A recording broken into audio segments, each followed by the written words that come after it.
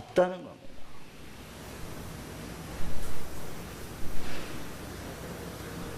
그렇기 때문에 우리가 창세기를 공부하면서 그런 신앙들이 우리 마음속에 계속 좀 불타올랐으면 좋겠어요. 정말 성령께서는, 우리 주님은 뭐죠? 불과 성령으로 인쳐주신다. 세례를 주신다. 성령을 받은 사람, 정말 불타오르는 열정으로 진리를 직면하고 진실을 직면하고 살아가는 저와 여러분 되셨으면 좋겠습니다. 이건 싸움이에요, 여러분. 싸움이에요. 인생은 광야다. 왜 광야야? 이렇게 좋은 옷도 많고 좋은 집도 많고 배부르고 등 따시고 이런 길이 있는데 왜 자꾸 인생을 광야라 그래? 그 싸움 가운데, 그 위기 속에서 우리는 항상 산다는 거예요. 그 위기가 바로 우리 존재의 자리라는 걸 잊지 않으셨으면 좋겠습니다. 그래서요, 6절부터 보면 하나님이 궁창을 만드시잖아요. 궁창을 만드시는데 고대인들은 이 궁창, 하늘을 커다란 종이라고 생각했어요. 그런데 희한하죠? 이 종이라고 하는 것, 궁창을 옛날 사람들은 이렇게 말랑말랑한 무슨 종이나 이런 부서져 버릴, 금방 사라져 버릴 이런 걸로 생각한 게 아니고 우주, 하늘이라고 하는 걸 커다란 든든한 종이라고 생각을 하고, 그래서 혼돈의 바다 사이로 든든한 버팀목과 같은 든든한 종이라고 하는 이 궁창이 들어옴으로써 하나님께서 그 혼란스러운 인생을 이렇게 든든한 궁창을 그에 덮어주시면서 인생을 보호하시고 만물의 질서를 가져오셨다라고 고백하고 있는 겁니다. 그 혼돈의 세력은 하나님의 감시의 대상이 되고, 혼돈이 일어나면 주님이 치신다. 그게 시편 89편에 이런 말씀이 있어요. 주께서 바다의 파도를 다스리시며 그 파도가 일어날 때에 잔잔하게 하시나이다. 주께서 라합을 죽인다는 것 같이 깨뜨리시고 주의 원수를 주의 능력의 발로 흩으셨나이다. 어느 날 예수님이 제자들과 배를 타고 가는데 풍랑이 막 이니까 제자들이 막 죽겠습니다 하고 깨우면서, 우리가 이렇게 죽게 되었는데 왜 잠만 주무십니까? 그러죠. 그래서 예수님이 뭐라 그래요? 이 믿음이 적은 자들아. 그리고 일어나셔서 어떻게 해요? 풍랑을 꾸짖으세요. 풍랑을 꾸짖으셨다고 지금 복음서 기자가 적고 있는 이유가 뭐예요? 예수가 누구다? 그가 창조주다. 그가 바다를 만드신 분이에요. 그 혼돈의 바다 가운데 궁창을 열으신 분이 바로 예수다. 그 신앙 고백으로 적고 있는 거예요, 그거를. 그런데 그게 믿어지지 않으면 우리 삶에 혼돈과 공허가 찾아왔을 때 또 어떻게 해요? 그 위험한 요소를 분석해서 찾아가지고 뭐가 선이고 뭐가 악인지, 뭐가 잘못됐고 뭐가 옳은지, 그래서 잘못된 걸 제거해서 위험을 제거하는 방식으로 또 삶을 살아가게 될 테니까. 그렇게 살지 말자는 거죠. 어떻게 해요? 그런 혼돈이 찾아올 때마다, 풍랑 같은 혼돈의 바다가 우리 삶에 밀려올 때 우린 또 다시 누굴 본다? 바다를 꾸짖으셨던 예수 그리스도를 바라보자. 생명의 주인입니다. 그분이 헤쳐가는 능력이 바로 우리의 삶을 지켜준다 하는 고백을 가지고 있는 것이죠. 그래서 그 궁창이라고 하는 것, 하늘이라고 하는 것은 어떤 것이냐? 우리를 안전하게, 혼돈의 바다를 둘로 가르잖아요. 윗물과 아랫물로 나누어가지고. 윗물과 아랫물을 나누어서 그 커다란 종이라고 생각했던 하늘을 덮어주셔서 윗물이 아랫물로 침범하지 못하도록. 또 물의 경계를 정하시죠? 경계를 정하셔서 육지와 바다를 쫙 가르시죠.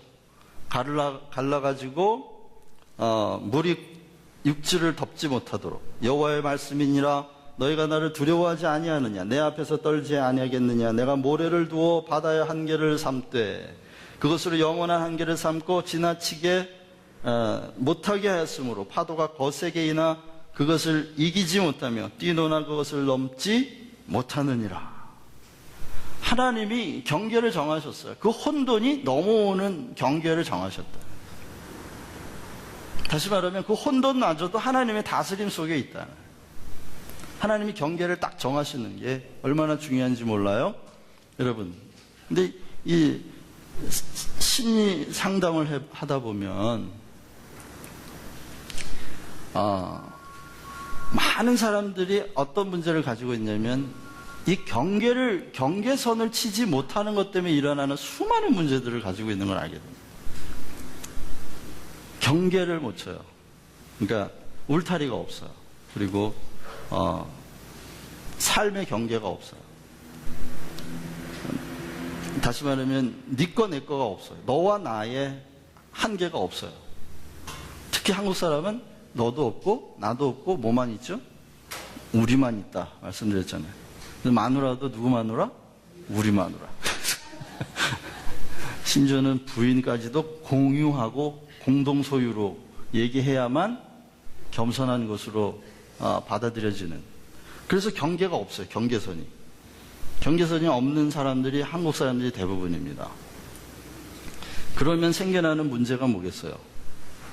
네 거 내 거가 구분이 안 되기 때문에 너와 나라고 하는 자리가 분명하지 않기 때문에 생겨나는 수많은 문제가 있어요. 예를 들면 아이들이 어릴 때 부모님이 방문을 못 잠그게 합니다. 그리고 부모님은 막 방문을 콱콱 열어요. 뭐 하니? 이러고. 경계선이 없어요. 왜냐하면 우리가 수직적 구조 안에서 살기 때문에 위에서 다 들여다봐야 돼. 이렇게 위에서 다 들여다보고 있기 때문에 뭐 옆에 이렇게 울타리 있는 건 있으나 마나요. 위에서 다 내려다보고 있어요. 아버지가 다 보여야 돼요. 닫아놓으면 안 돼. 그게 권위를 존중하는 방식이에요. 그렇기 때문에 우리 마음의 경계선을 치지를 못해요. 그러니까 네 거 내 거 구분이 안 되니까 남의 일에 감나라 배나라 하지 마라 이런 속담이 있잖아요. 그런 속담이 있을 만큼 우리는 남의 일에 감나라 배나라 하고 싶어하는 민족이에요. 왜? 경계선이 없어요. 이게 내 집안 일인지 남의 집안 일인지 구분이 안 돼요. 그리고 좀 이렇게 경계를 좀 하려고 그러면 경계선을 치려고 그러면 뭐라 그래요? 깍쟁이. 아유 깍쟁이 같아가지고 자기 거밖에 모른다 그래요. 자기 거밖에 모른다.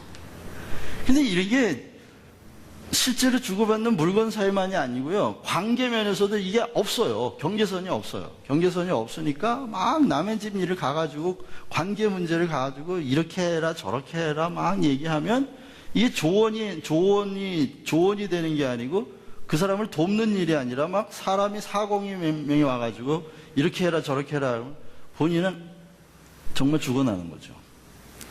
아무 도움이 안 됩니다. 그러니 창세기를 공부한 우리 그리스도인들께서는 앞으로 경계치는 일을 잘 하시기를 바랍니다. 예를 들면 바람 피우는 거. 그 경계선을 못 꿔서 그래요. 이게 내 집 여자인지 남의 집 여자인지 구분이 안 가요. 우리 마누라니까 괜찮겠지. 그러니까 그런 것에서부터 하나부터 열까지 내가 없으면 너도 없어요. 너도 없고 나도 없으면 우리도 없는 거예요, 사실은. 그래서 이렇게 삶의 혼돈이 왔을 때는 주님이 하신 것처럼 어떻게 해요? 일단 꾸짖고 경계선을 딱 쳐야 돼요. 넘어오지 못하도록. 어딘가 경계가 무너졌기 때문에 밀려 들어온 게 혼돈이라고 생각하시면 돼요. 내가 어디서 경계선이 무너졌나? 어디서 내가 이걸 열어놓게 됐는지, 아니면 내가 다른 사람의 경계를 내가 침범했나. 그 경계선이 정신적이고 또 영적으로 아주 건강하게 잘 쳐져 있어야만 우리는 너와 나의 건강한 관계를 통해서 살아갈 수가 있습니다. 부모님은 자식들의 경계를 자식들이 그 경계를 잘 칠 수 있도록 가르쳐 주셔야 돼요. 특히 딸을 기르는 분들은 여자와 접시는 내돌리면 안 된다. 그러고 집안에만 가둬두는 분들이 있어요. 집안에 가둬두면 걔가 경계선을 치는 걸 언제 배워요? 그런 방식으로밖에 못 배우죠. 그러니까 자기의 경계를 딱 치고 그거를 자기를 보호하도록 경계를 치는 법을 가르쳐 줘야 되는데 시집 갈 때까지 집에다 가둬놔요. 그럼 본인은 경계를 칠 수 있는 법을 하나도 배우질 못한 거야. 결혼해서 힘들면 바람 펴요. 너무 어떻게 그렇게 순진한 여자가, 그렇게 착한 여자가. 그 착하다고 해서 그런 게 안 되는 게 아니라 자기를 알아주고 자기 감정을 알아주고 그 감정적인 어태치가 되면 그 사람 따라갈 수밖에 없는 거예요. 경계선을 치는 법을 못 가르쳐 줬거든요.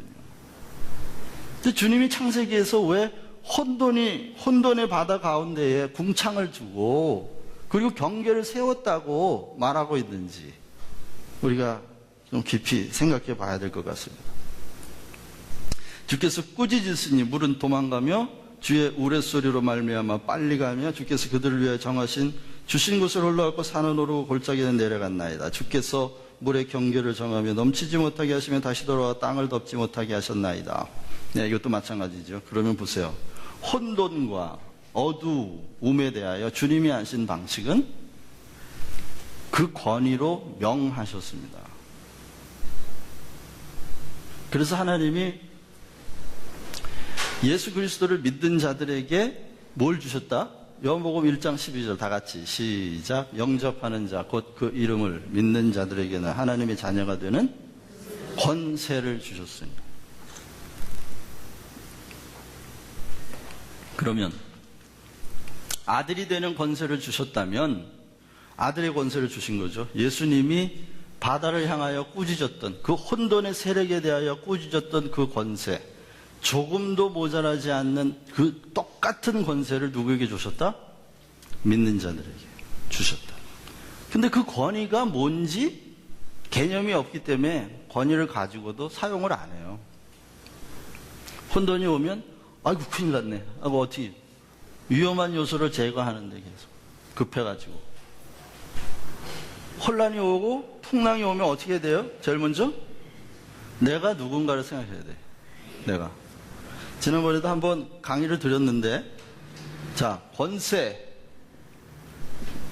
권위예요.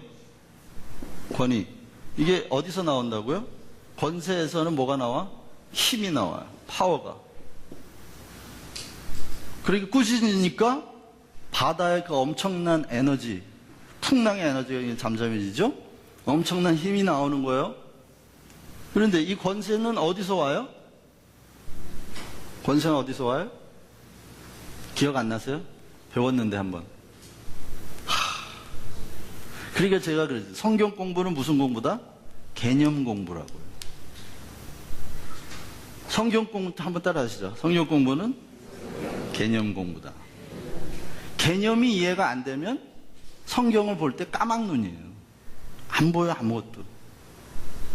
그러나 성경이 우리에게 전달해주는 개념이 뚫리면 성경이 막 풀어지고 해석이 되고 깨달아지고 알아지고 저절로 우리의 생각과 사상이 바뀌고 적용 저절로 생기는 거예요. 그래서 예수님이 열매는 어떻게 맺는다?